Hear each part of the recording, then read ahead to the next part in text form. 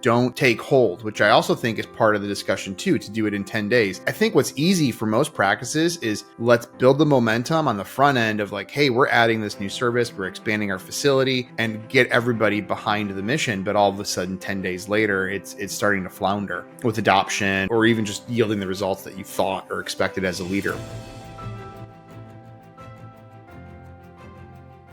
All right. Hello and welcome to the discussion today. My name is Jason Brill, founder of Parable Associates. And with me is practice operations expert and trainer, Aaron Daniels. Welcome to the discussion, Aaron. Thanks, Jason. How are you doing today? Doing well. So today, I think what would be a lot of fun is let's have a discussion around process change. So anytime we're implementing process changes in medical practices, it often involves a lot of stakeholders, systems, workflows. There's a whole variety of factors that can negatively impact that change. And so let's talk through that. And so the theme of the call today is how to lose a process change in 10 days. So let's start there and talk a little bit about what are some of the experiences you've had in practices, leading change management, and so on. What are some of the experiences you've had with process change in your past? There's been a lot of process change, and this is always one of my favorite ones because there really are so many components to it that you can lose it quickly. And one of the things I love about this topic is I love the movie How to Lose a Guy in 10 Days. I think it's hilarious. And for those of you who don't know what that movie is, the character who actually does all of the wrong things on a date. So she goes on to a date and she does everything wrong. She calls the guy right away, starts using lovey-dovey names, starts naming their kids, all of that kind of stuff.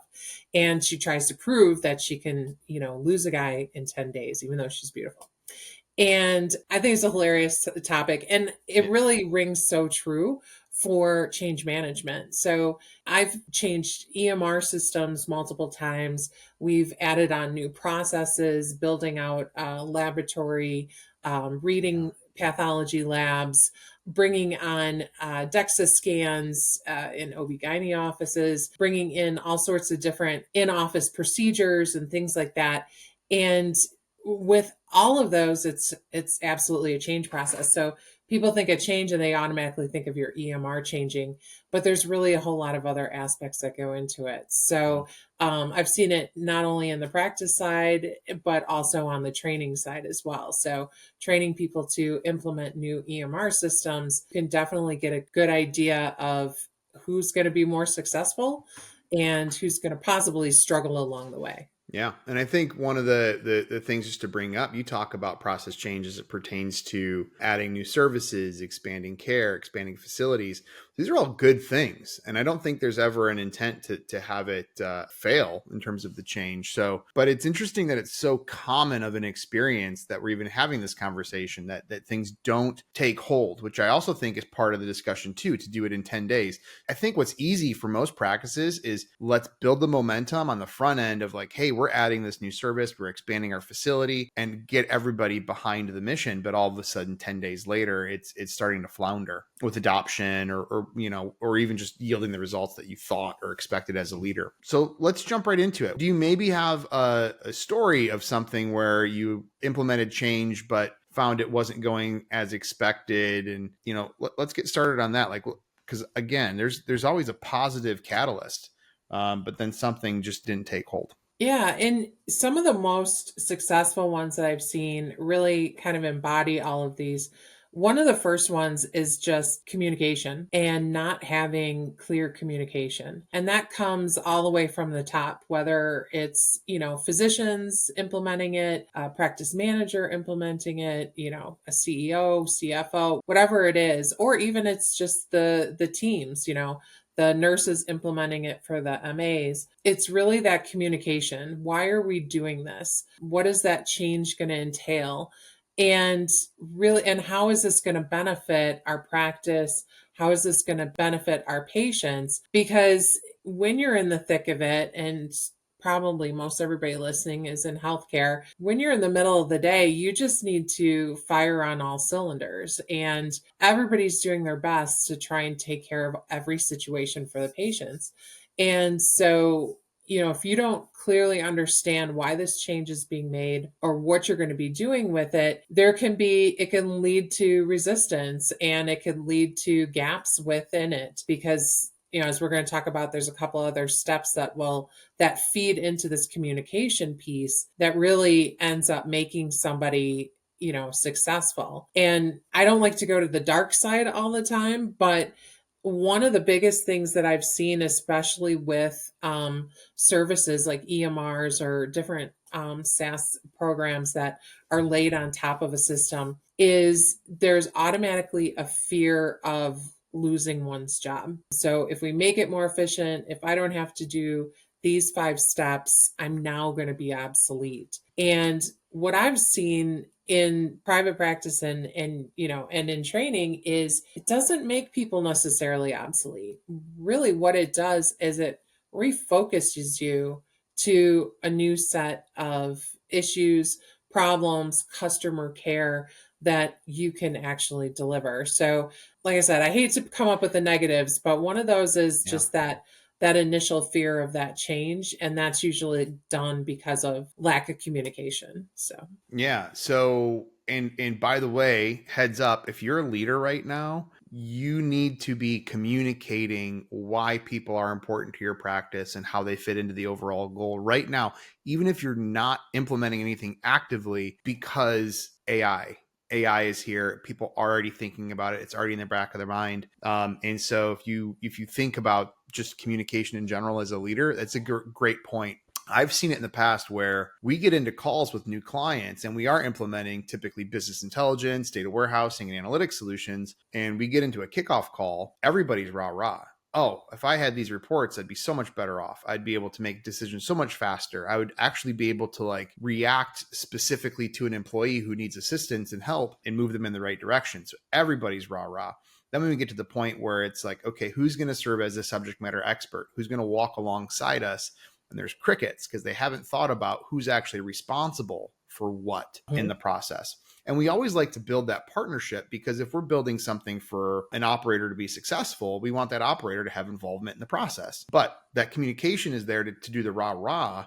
But let's also tell people, well, here's how you fit into the equation. Let's set that expectation. So that's a good solution that I've seen in the past is to make sure that people not only know like, hey, we're doing this, but I expect this of you and I want you involved. And here's why I want you involved. And here's how it fits into the overall trajectory of us achieving our own goals with patient care in our community. That's obviously one solution in terms of the communication part. And I could see how it would create some friction. You also hit on a little bit of the idea of like a resistance to change. You called it more of a fear, but have you seen anything in the past? Obviously, that could start to create pushback or friction in an implementation process to have fear of change. Are there any strategies you've seen that either a client or a practice has implemented to navigate through that fear of change and remedy that?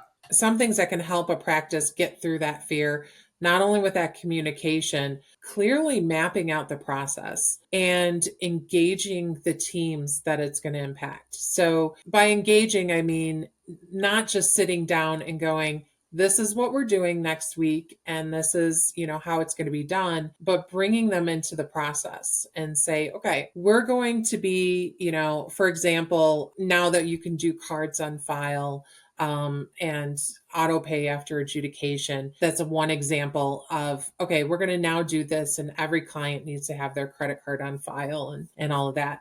So the one way to prevent that resistance to change, because automatically if I'm sitting at a front desk, I might go, oh my gosh, like now I have to like ask for this. It's been hard enough to ask for balances due. Now I got to ask for their credit card on file. And what if they ask me any questions? Is this safe? I don't know if it's safe. They're just telling me we're doing it. So is that going to be my only answer is, well, that person over there says I have to do it or you can't be seen. So nobody wants to do that and sit in that situation. So some of that resistance could come from implementing those procedures. So one of the last practices I worked with is they sat down with the front desk and the checkout station and the people that would be engaging in the money collection. And they walked through the process and said, hey, here's how it's going to run. This is what needs to happen. And those team members came up a couple of situations that the leadership never even thought of because they're in it day to day. And so now you have that buy-in of that staff and where they're saying like, hey, we see this being a problem. And then the leadership was able to get out ahead of it and go, okay, how can we make this work? Let's take a look at this. Let's bring it together. And they ended up developing a process that was so much better than just the canned one that was given to them of like, oh, you do this, you do this, you do this. And this is a process. So they were able to not only work it into their financial documents, have that lead time to be able to reach out to their attorneys, and the lawyers and make sure that information was correct. Then they worked with the teams to be able to come up with the best process. And it was a little deviation from, kind of what was being trained, but it worked for them. And that was the important thing. And then end result of it was the actual implementation of it went completely smooth. So, hiccup here and there, everything does, but it went smooth. Team members were up and running and implementing it straight away within that first week. It was already being captured. They weren't getting negative remarks from their patients coming in. So there was a good adoption, even for the demographics that they didn't think were going to be okay with it. So I think that's a really key one too. So listening to them resulted in incredible success. And in the end, they ended up being like, just one of the practices that I feel had implemented it the best. And, we're able to move on and bring new things to the table to address at the practice. So it went smoother. They had better collections because of it, and everybody was happy. And, that whole change process worked out well because instead of, they engaged their team members so that there was less resistance to change. So not only that front end marketing, rah rah, and here's how you fit in, but also keeping an open ear and allotting the time after and during implementation so you can get that feedback loop. Because it sounds like what you're saying is after something was already being implemented, just making sure that you were adopting and reacting to change through that initial 10 days, let's say, initial week of having a new solution, or even new workflow, credit card on file, I think is what you had mentioned, but whatever it is, like there's a lot of questions that come with that for patients as well. And so scripting and so on. So right there, I would say that's a great example of allot the time. If you're not allotting the time post go live to create a dedicated feedback loop, a scheduled feedback loop with your staff, it's a missed opportunity, and it could result in people not fully adopting or buying in or reverting back to the way they used to do things because it's more comfortable and they feel like they have, they had direction and now it's not as clear. Yeah, and to that point too, this practice enabled or did initiate KPIs for the implementation of this. And they had goals outlined. We want this percentage of patients, enabled by this date marker. By this date marker, we want this percentage, of patients coming in enabled with it. And so they had graduated, goals to reach. And so they were able to celebrate that within the practice for that implementation. So kind of going back to, things that we do every day is coming up with those KPIs and measuring that change process so that you can see that success. What I would kind of challenge any leaders, listening to a call is I think a lot of people implement technology that has this has a clear ROI and here's our KPI and our goals around it. And it's good to have goals, but without the execution plan, without the strategy, you're never going to achieve those goals. And so they're just numbers on a piece of paper. And so, ultimately, though, I completely agree with you. I've seen projects fail because you don't have the clarity of the data itself. So I think all of these have to be married together. Everything from the communication, the clarity around the workflow, the involvement of those key stakeholders, and getting their feedback loop after go live and monitoring the data. These are all things that you have to have working in sync to get successful and to maintain that new habit that essentially you're creating within your practice. So one of the items too that I think is really interesting as part of this, you mentioned documenting the workflow and even getting certain stakeholders involved, like key stakeholders. But when you're implementing something, what does the training program look like? How does that get brought together? Because one of the pain points or failures I've seen in the past is just completely inadequate training or an expectation that a new workflow is just so intuitive that it's just going to, everybody's going to pick it up. It's going to be easy. But it never Yeah. works out that way. So how do you develop a training program that's successful? That is always a good one. Absolutely. And you definitely can see the success or failure based on that. And it doesn't have to be fancy. And I think that's a piece that I really want to get out there to, anybody who is, new to management, new to change management, whether you work for a small practice or a large practice, that training really is key. And you don't have to have a lot of fancy gadgets or apps or anything to do with it. But I think any part is sufficient, doing that training is understanding where you're at. And you just talked about that. Where are you at? What's your current workflow? And if you can map that out and you can understand what that workflow is, then you can help point to, hey, this is where this change is going to come in. And, using resources that you have, whether it's, documentation that you have from a system that you're implementing, gathering all that information, making sure that everybody has access to it. But I would really plug it into those different areas, because just to get a giant manual, dumped on your desk and be like, hey, this is what we're doing, read through it. I'm not going to do it. So more than likely nobody else is.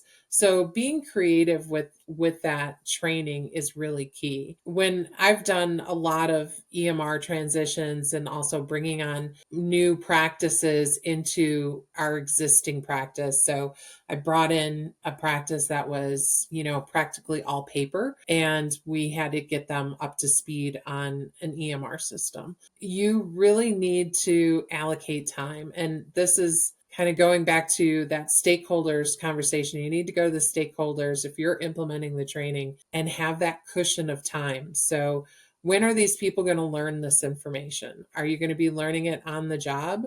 Or is your expectation that they're going to be learning it off hours? I personally like to kind of carve out time, and so that people can do it while they're at the office. And then also having group learning mixed in with some hands-on learning. A lot of new systems or processes you can't necessarily replicate and practice the clicks beforehand, but in situations where you can, like in EMRs, if you have a sandbox or a test site you can use, the most amount of work that you can do on that definitely is the best. And then if you're a super user, well, I highly recommend you have several super users in every Yeah, office to essential. start off, because you want to have more than one person for somebody to go to for help. But those super users could create quick and easy videos, kind of like what we're doing here today, using the resources that they have, whether it's a Teams meeting, using Clipchamp, using a Google Meet. You can just simply record your screen and your clicks and have those together for your team. So if you're stretched out between like three different multiple locations and different shifts, that might be your best bet, is to record yourself going through the process, going through the clicks, and providing it for everybody. And then, allowing them to have access. And that just gives you a really quick way to be watching it and then be able to follow up with it. You have that whole pre-implementation part. You have the part where you're doing it. If you can, try and block off your schedule and not have as many clients coming in. That's going to really be a catalyst for change, because then you as a team can really get together and talk about the processes, right? So if you're bringing in a whole new EMR or whatever, you can get together and talk about how you're going to use this. If you're implementing Power BI reporting, then those of you that are doing the reporting can get together and talk about, what do we want to be measuring? What are the key things we want to be looking at? Because it's very easy, especially with reporting, that you can get into, just completely go down a rabbit hole and get lost in it. And now you don't even realize what you've done. So being able to kind of bring all of that stuff together. You hit a lot of really key points with that training program and how to deploy it. Here's what I've seen in my past personally, and then also what we do, within our own business. But my past kind of dictates why we do what we do.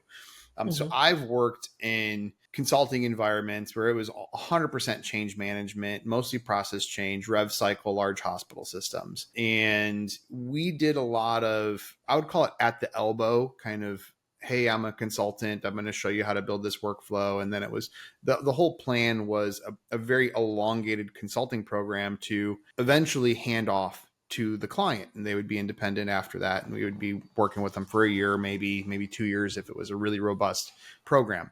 So you'd have that type of resourcing at the elbow, but what I Mm-hmm. saw was maybe a lack of the a great documentation written as well, like workflows were developed, Visio charts and so on, outlining the case when scenarios, but the video content wasn't there. The ability to go back and quickly reference something or even onboard somebody new was challenging because you had a binder. And Mm-hmm. so I implemented Epic at a large hospital system in South Carolina. And I specifically did all the rev cycle apps. I had a team of 27 people. And what we did is you mentioned key stakeholders and so on.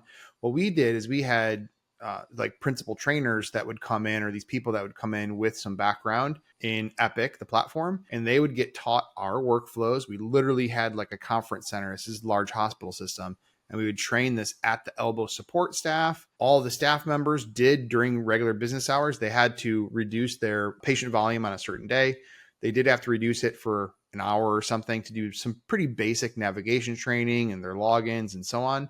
But then they had this at the elbow support with reduced patient sizes. So these are all things that are really happening. So Mm-hmm. because you're a little slower in the system, they actually adjusted schedules, and this was all planned well in advance. But the idea behind all of this is you're investing in your team during that period, which it's like, oh man, we're missing so much production. But you're investing in your team during that period. So over the long game, you're well ahead. You're going to be able to operate more effectively and efficiently with an electronic medical record if you're moving from paper, Mm-hmm. or between the different systems if you're moving to something that's more comprehensive or has different tools and features to help you with coding and really optimizing your visits.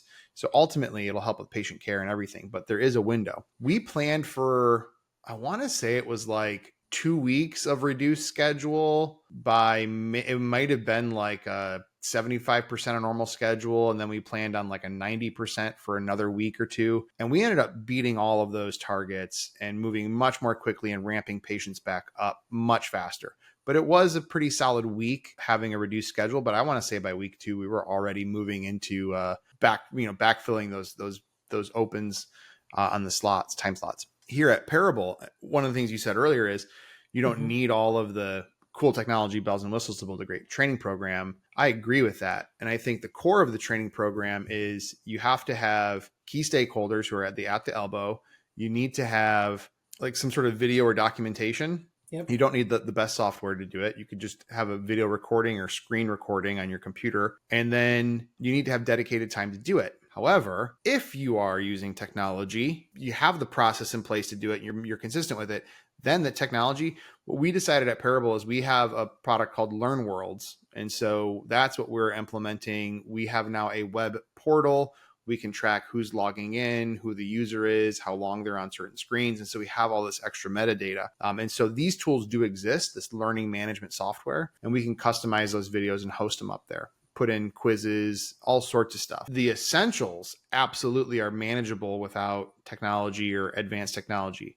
But if you already use technology, again, we use LearnWorlds. We looked at other products too. Kajabi, I know some people use that platform as well for different training programs, and there's a whole multitude of others to look into. But those are available, and I would say even further enhance it, especially if you're an enterprise. And because we believe so much in it at Parable, we open it up where clients, if they want to make a video and host it on our portal for their own private portal, we'll go Mm-hmm. ahead and host those videos in addition to the ones that we already produce for the client, just because we believe so strongly in training. The last thing that I'll say about training, and this is in reflection to my own business, is we have every month a training day where we really dedicate a Friday to training. Training needs to be solid amount of heads down time and not spent in between each patient coming in the front door, it's going to be hard to learn complex topics when you got a patient coming in, you're in front of you, and then I got 30 minutes to train. It's going to be hard to switch your brain on and off between. So highly recommend dedicated time. I've Mhm. seen it where you've done it during business hours. I've also seen it if your culture is okay to come in early or stay late or even do a weekend. I have seen it where people do go in, require staff to come in for required training on a weekend. They host some pizza party, they do some swag stuff, whatever it is to get people to come in on a weekend, planned well in advance, and make it a required training event. So that may be more of your culture, one way or another, to really dedicate the mental capacity and time to whatever the changes. I think it's essential. You just got to figure out what's best for your practice. Yeah, I agree with you 100% that not having the dedicated time to work on stuff is absolutely crucial. And both in ones that I've practices that I've managed and practices that I've helped with the change management, the ones that do take the time, you definitely reap the benefits of it much closer. A couple of things that I've done in the past is I've used like monthly meetings and, we've locked the doors because there's always a patient that decides to show up 30 minutes early,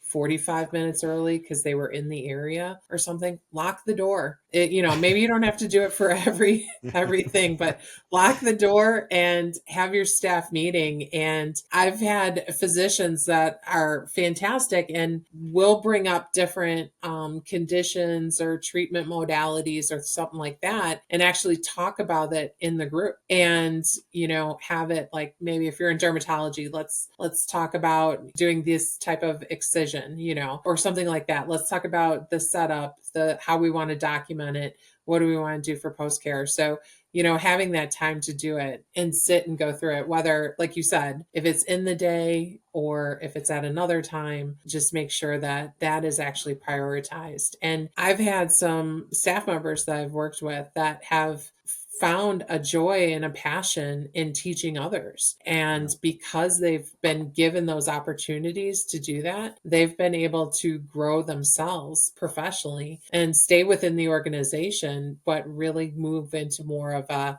leadership role of teaching people how to do, being part of that change management team. So whenever there's something new, these couple of these people have moved into that role where they sit down, they map it out, they work it out for everybody and help train the team. So there's some Yeah. amazing personal satisfaction that you can get, or professional satisfaction that you can get from implementing some of that. And it doesn't have to be a ton of time, but like you said, for the practices that I've seen that have done this well and they have blocked their schedule to allow time for their practices, they're often filling up their schedule much earlier than anybody else. So they're up to their bookings, their revenue, and all of that in a short amount of time, and then often exceeding it because they now have the benefit of just that advanced process. So, Yeah, I think we covered a ton today in yep. terms of what makes it not successful. And, the other thing is I always kind of say, well, this is the easy thing, this is the hard thing. But the easy thing is to not do a lot of these things and then to ultimately not be successful. Because what we've seen, to try my best to recap, if I miss any, call me out. But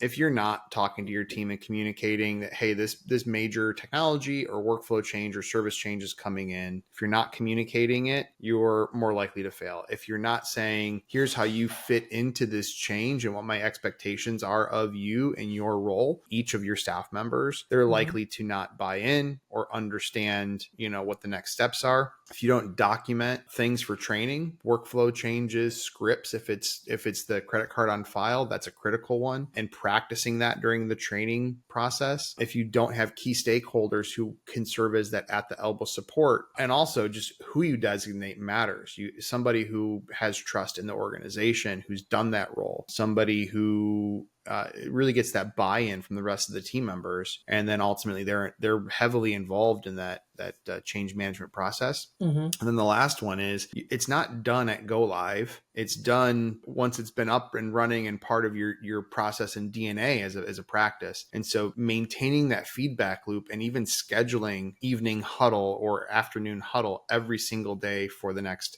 10 days after go live, until you don't need it anymore. Make sure you have that feedback loop and you're, working through that. So I don't know. Did I miss any on that, Aaron? Is there anything that we talked about that those are No, we all the talked about a failure lot, points that and I think you recapped all of that perfectly. so don't do those things. There's a Do the don't not opposite. do those.